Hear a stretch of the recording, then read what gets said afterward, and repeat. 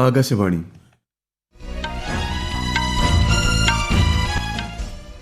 നമസ്കാരം. വാർത്തകൾ വായിക്കുന്നത് നരേന്ദ്രമോഹൻ.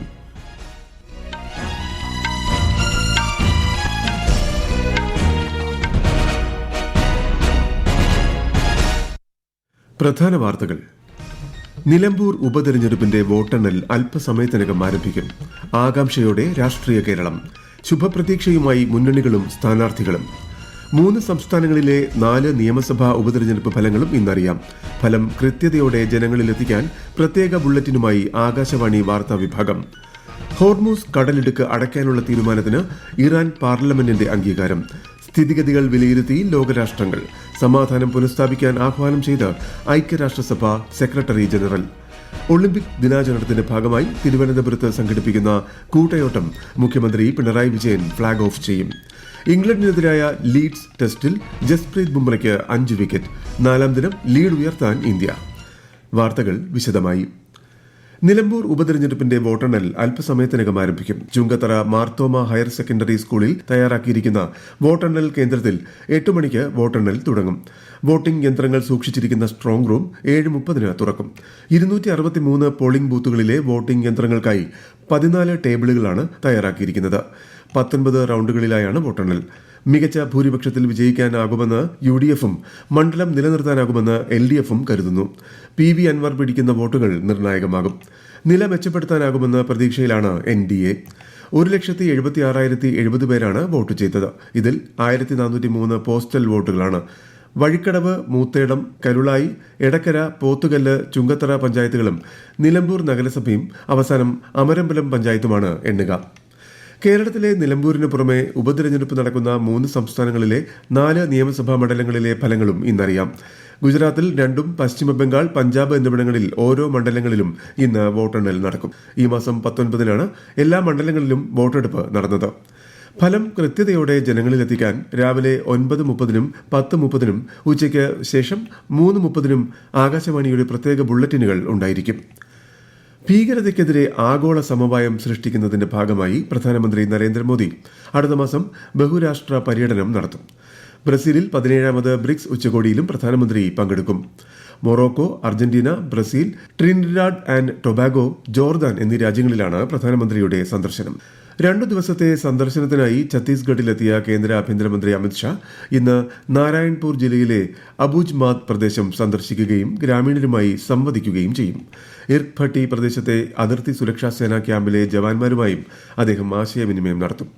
വരുന്ന മഴക്കാലത്തും നക്സൽ വിരുദ്ധ നടപടികൾ തുടരുമെന്ന് ഇന്നലെ റായ്പൂരിൽ കേന്ദ്ര ആഭ്യന്തരമന്ത്രി വ്യക്തമാക്കി. അടുത്ത വർഷം മാർച്ച് 31-നകം മാവോയിസം തുടച്ചു നീക്കാനുള്ള സർക്കാരിന്റെ ദൃഢനിശ്ചയം അദ്ദേഹം ആവർത്തിച്ചു.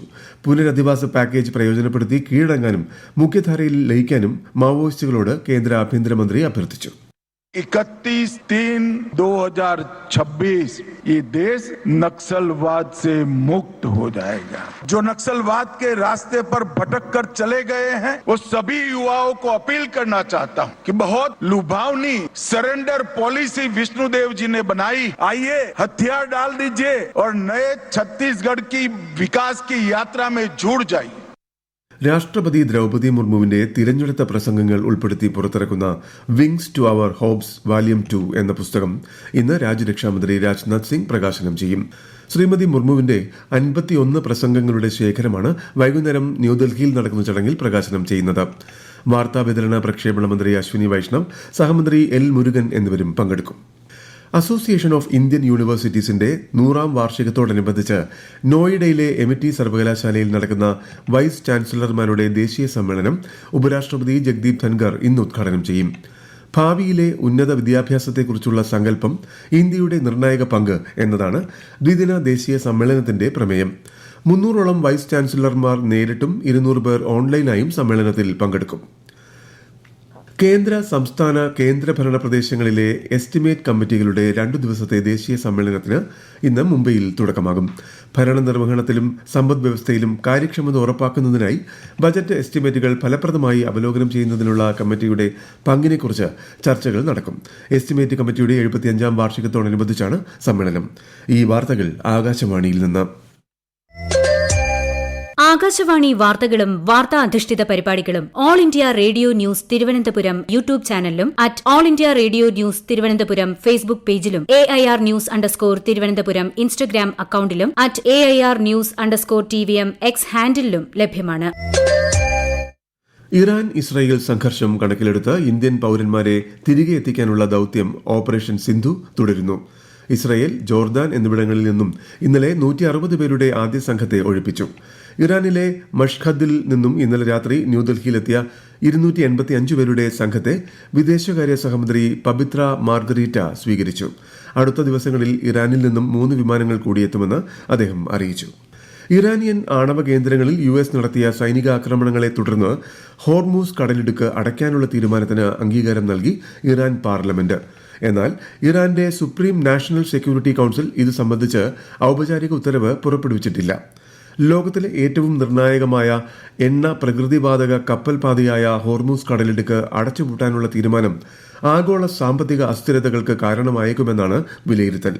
അടച്ചുപൂട്ടൽ നിലവിൽ വന്നാൽ എണ്ണവില ബാരലിന് $100 മുകളിൽ ഉയരുമെന്ന് സാമ്പത്തിക വിദഗ്ധർ വിലയിരുത്തുന്നു. പശ്ചിമേഷ്യയിലെ പുതിയ സംഭവ വികാസങ്ങൾ കേന്ദ്ര സർക്കാർ നിരീക്ഷിച്ചു വരുന്നതായി കേന്ദ്ര പെട്രോളിയം പ്രകൃതിവാതക മന്ത്രി ഹർദീപ് സിംഗ് പുരി. കഴിഞ്ഞ കുറച്ച് വർഷങ്ങളായി ഇന്ത്യ വ്യാപാരം വിപുലീകരിച്ചിട്ടുണ്ടെന്നും ഹോർമൂസ് കടലിടുക്കിലൂടെയല്ല പല ചരക്കുകളും എത്തിച്ചേരുന്നതെന്നും കേന്ദ്രമന്ത്രി പറഞ്ഞു. ഇന്ത്യയിൽ ഊർജ്ജ വിതരണം ഉറപ്പാക്കാൻ ആവശ്യമായ നടപടികൾ സ്വീകരിച്ചിട്ടുണ്ടെന്നും കേന്ദ്രമന്ത്രി അറിയിച്ചു.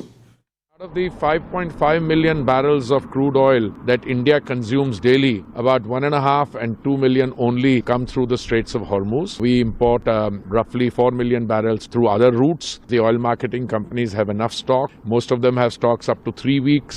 One of them has in fact 25 days stock. And we are also confident that we can increase the supply of crude through other routes. Israel Iran സംഘർഷത്തിന്റെ പശ്ചാത്തലത്തിൽ ന്യൂയോർക്കിലെ UN ആസ്ഥാനത്ത് സുരക്ഷാ സമിതിയുടെ അടിയന്തര യോഗം ചേർന്നു. പ്രതിസന്ധി കൂടുതൽ രൂക്ഷമാകാതിരിക്കാൻ അടിയന്തര നടപടി സ്വീകരിക്കണമെന്നും സമാധാനം പുനഃസ്ഥാപിക്കണമെന്നും ഐക്യരാഷ്ട്രസഭ സെക്രട്ടറി ജനറൽ ആന്റോണിയോ ഗുട്ടറസ് അഭ്യർത്ഥിച്ചു. വിശദാംശങ്ങളിലേക്ക്. ഇറാനെതിരായ US ആക്രമണം മേഖലയിലെ സാഹചര്യം കൂടുതൽ വഷളാക്കിയതായി UN secretary general Antonio Guterres പറഞ്ഞു. ഏത് വിധേനയും സാധാരണ പൌരന്മാരുടെ സുരക്ഷ ഉറപ്പാക്കണമെന്നും നയതന്ത്ര മാർഗങ്ങളിലൂടെ പ്രശ്നം പരിഹരിക്കണമെന്നും അദ്ദേഹം വ്യക്തമാക്കി. ഇറാൻ ആണവ പദ്ധതി പരിശോധിക്കാൻ അന്താരാഷ്ട്ര ആണവോർജ്ജ ഏജൻസിയെ അനുവദിക്കണമെന്നും അദ്ദേഹം ആവശ്യപ്പെട്ടു. അതേസമയം US ആക്രമണത്തിനെതിരെ സ്വയം പ്രതിരോധിക്കാനുള്ള അവകാശമാണ് വിനിയോഗിക്കുന്നതെന്ന് സുരക്ഷാ സമിതിയിലെ ഇറാന്റെ പ്രതിനിധി അമീർ സയ്യിദ് ഇറവാനി പ്രതികരിച്ചു. US ഇടപെടലുകൾ എക്കാലവും ലോകത്തെ കൂടുതൽ സുരക്ഷിതമാക്കിയിട്ടുണ്ടെന്ന് ഇസ്രായേലിന്റെ UN പ്രതിനിധി പറഞ്ഞു. ആക്രമണങ്ങളെ അപലപിച്ച ചൈനീസ് അംബാസിഡർ ഇരു രാജ്യങ്ങളോടും സംയമനം പാലിക്കാൻ ആവശ്യപ്പെട്ടു. US ഒരു പണ്ടോറ പെട്ടിയാണ് തുറന്നിരിക്കുന്നതെന്നും നയതന്ത്രത്തിന് അമേരിക്കയ്ക്ക് താൽപര്യമില്ലെന്നും റഷ്യൻ അംബാസിഡർ പറഞ്ഞു. എന്നാൽ അമേരിക്കൻ താവളങ്ങൾക്കോ പൌരന്മാർക്കോ നേരെയുള്ള ഏതൊരു ആക്രമണത്തിനും തിരിച്ചടി നേരിടേണ്ടി വരുമെന്ന് ഐക്യരാഷ്ട്രസഭയിലെ US അംബാസിഡർ ഡൊറോത്തി ഷിയ മുന്നറിയിപ്പ് നൽകി. ഓപ്പറേഷൻ മിഡ് നൈറ്റ് ഹാമറിനിടെ ഇറാനെതിരെ വ്യോമാക്രമണം നടത്താൻ അമേരിക്ക ഇന്ത്യൻ വ്യോമാതിർത്തി ഉപയോഗിച്ചെന്ന പ്രചാരണം തള്ളി കേന്ദ്ര സർക്കാർ.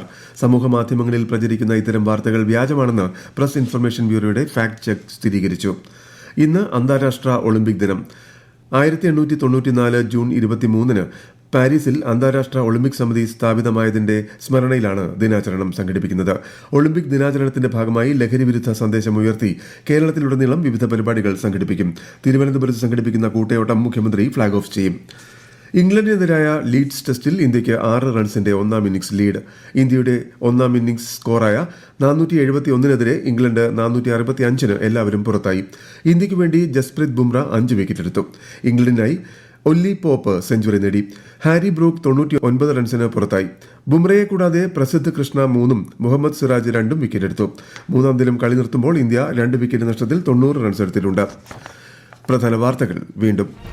നിലമ്പൂർ ഉപതെരഞ്ഞെടുപ്പിന്റെ വോട്ടെണ്ണൽ അല്പസമയത്തിനകം ആരംഭിക്കും. ആകാംക്ഷയോടെ രാഷ്ട്രീയ കേരളം. ശുഭപ്രതീക്ഷയുമായി മുന്നണികളും സ്ഥാനാർത്ഥികളും. 3 സംസ്ഥാനങ്ങളിലെ 4 നിയമസഭാ ഉപതെരഞ്ഞെടുപ്പ് ഫലങ്ങളും ഇന്നറിയാം. ഫലം കൃത്യതയോടെ ജനങ്ങളിലെത്തിക്കാൻ പ്രത്യേക ബുള്ളറ്റിനുമായി ആകാശവാണി വാർത്താ വിഭാഗം. ഹോർമൂസ് കടലിടുക്ക് അടയ്ക്കാനുള്ള തീരുമാനത്തിന് ഇറാൻ പാർലമെന്റിന്റെ അംഗീകാരം. സ്ഥിതിഗതികൾ വിലയിരുത്തി ലോകരാഷ്ട്രങ്ങൾ. സമാധാനം പുനഃസ്ഥാപിക്കാൻ ആഹ്വാനം ചെയ്ത് ഐക്യരാഷ്ട്രസഭ സെക്രട്ടറി ജനറൽ.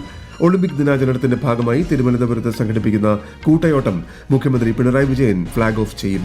ഇംഗ്ലണ്ടിനെതിരായ ലീഡ്സ് ടെസ്റ്റിൽ ജസ്പ്രീത് ബുംറയ്ക്ക് 5 വിക്കറ്റ്. 4ാം ദിനം ലീഡ് ഉയർത്താൻ ഇന്ത്യ. വാർത്തകൾ കഴിഞ്ഞു. അടുത്ത വാർത്താ പ്രക്ഷേപണം 9:30.